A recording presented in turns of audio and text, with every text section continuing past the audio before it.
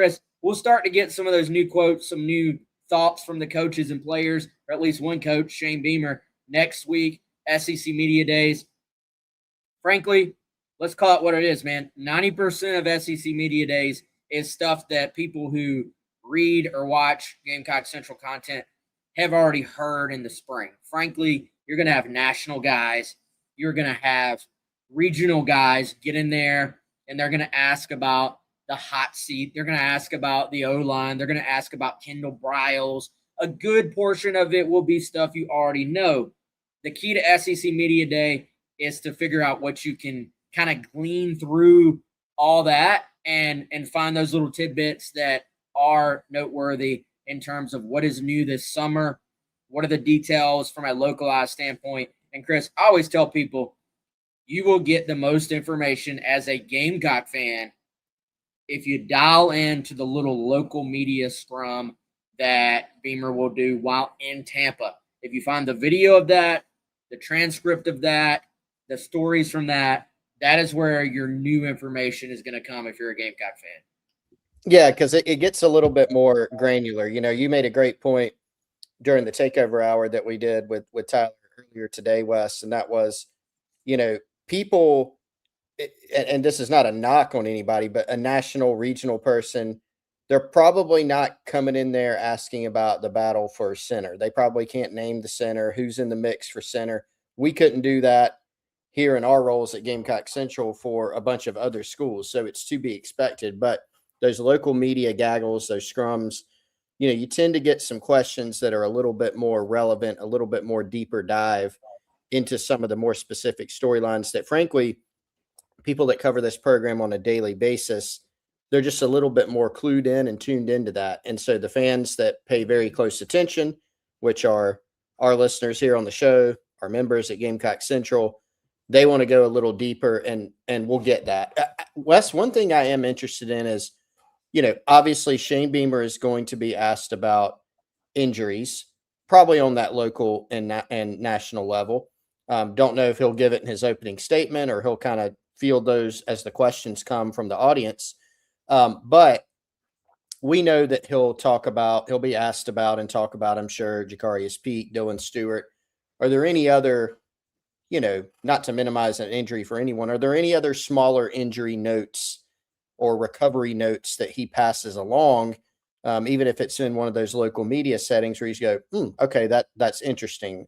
There's a guy that might factor in on special teams that's ahead of schedule or behind schedule, or, you know, got hurt during the summer and we haven't really heard about it yet. That's, I think, an example, just one example of some of those things that you might learn in some of those more localized settings at media days. Well, and let's be honest, man, like it is a physical game, and even the preparation for football is physical. It is tough on the body. There will be, no doubt, because it's every year, and I'm not even talking about anything specifically, there will no doubt be some guys that got banged up in the summer. That's just how it goes. So finding out who those guys are, who has a soft tissue issue they're being careful with, who's in a position to where they're saying, hey, this guy's fine, but we're not going to push it early on in camp. Don't you feel like there's always a couple of guys that we're just monitoring going up to the opener going, you know, they're not seriously hurt, but they don't want to push it. And frankly, dude, against a Kent State, not that you're going to say this publicly if you're the coaches, but you're really not going to push the guys back too soon against a Kent State.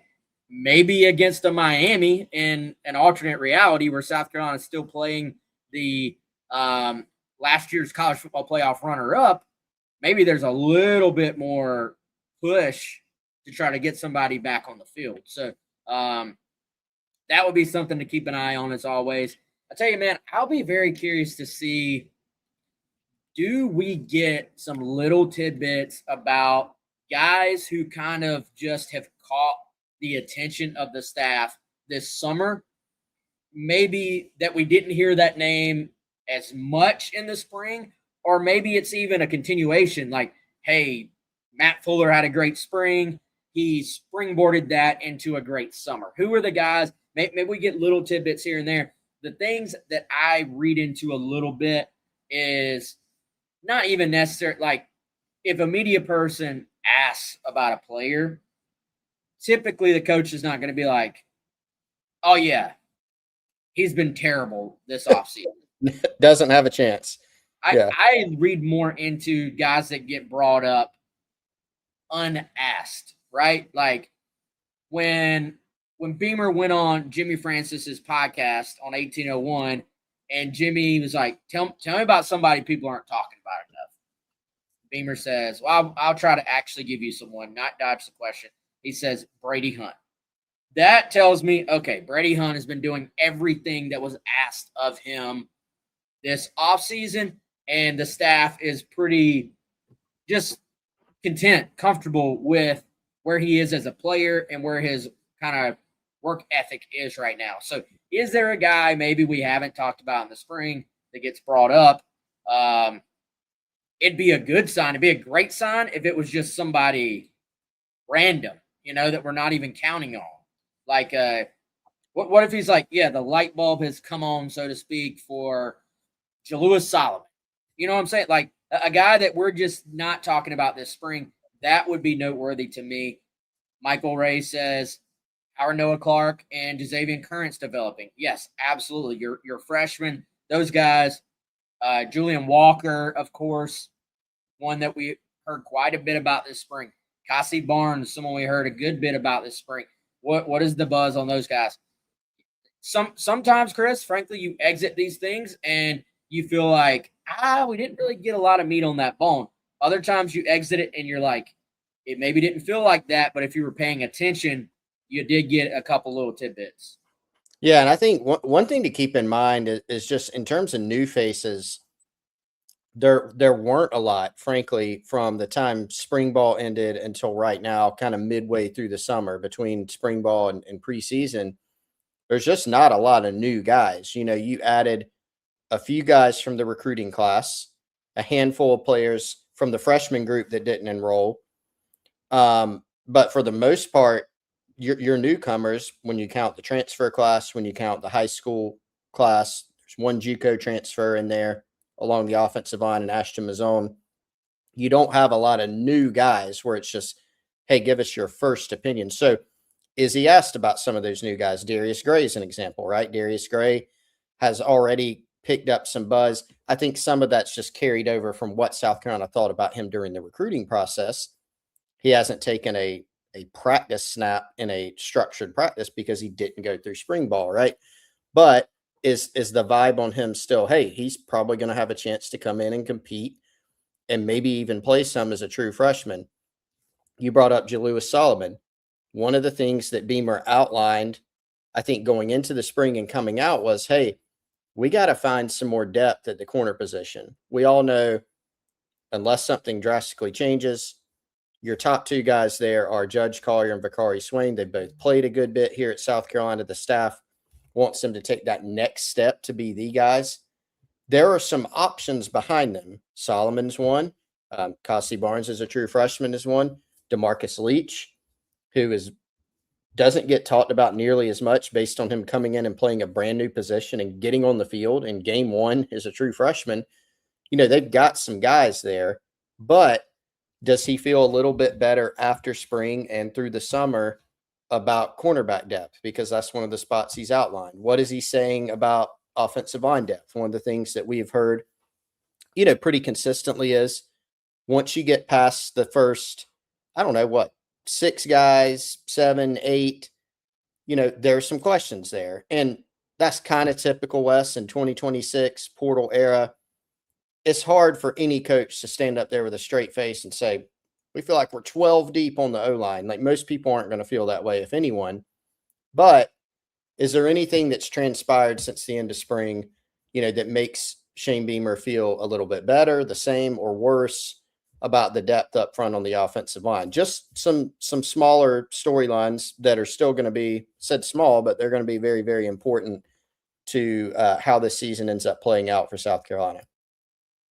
I'll be curious, how at this point, how seemingly coached up will Lenoris and Nick be on not giving us any details on this offense versus Oh, that's interesting. They're not going to give us much, right?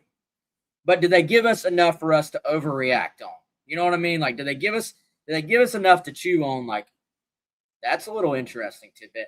I feel like man, they were very, very quiet about this scheme in the spring. Obviously, that's by design, but sometimes you see kind of just the typical, they're just not giving much away, but you still get little tidbits. I feel like it was a concerted effort to be not too specific at all about this offensive scheme. So do we have to wait until September 5th to really get a glimpse at what that is, or are we going to be able to start to get some details? Because here's the thing, as it's going to sound like I'm talking out of both sides of my mouth, but I promise I'm not. I'll go into it. This offense, there are certain things about this offense that have been in play wherever Kendall Briles has been. But there are certainly aspects of his offenses that have been completely changed and molded to where he was at and the personnel he had. Or frankly, you look at the 3 years at TCU, his head coach. Like I think when you go into a situation where your head coach is known as a little bit more of a passer of the football and has his own offensive scheme ideas, you're frankly kind of having to probably mold what you're doing to what he likes as much as anything. Plus, Josh Hoover, as we've talked about, man, very different quarterback skill set than KJ Jefferson, for example.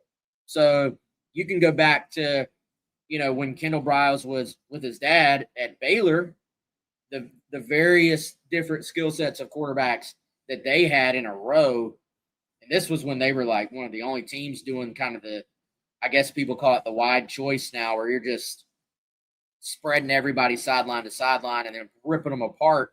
Now you see that a little bit more, right? So I'll be curious to see, does this, Chris, look like Tennessee's offense, for example, with Josh Heupel? Because that's the same DNA as what Briles comes from, right? Same tree. Does it look similar again, but does it look a little bit more like sort of what Kiffin has morphed into? Does it look more like the Arkansas offense under Kendall Briles? Does it look like the TCU offense under Kendall Briles? All those things have overlap, but all those offenses are very different approaches if you like really dive into them, I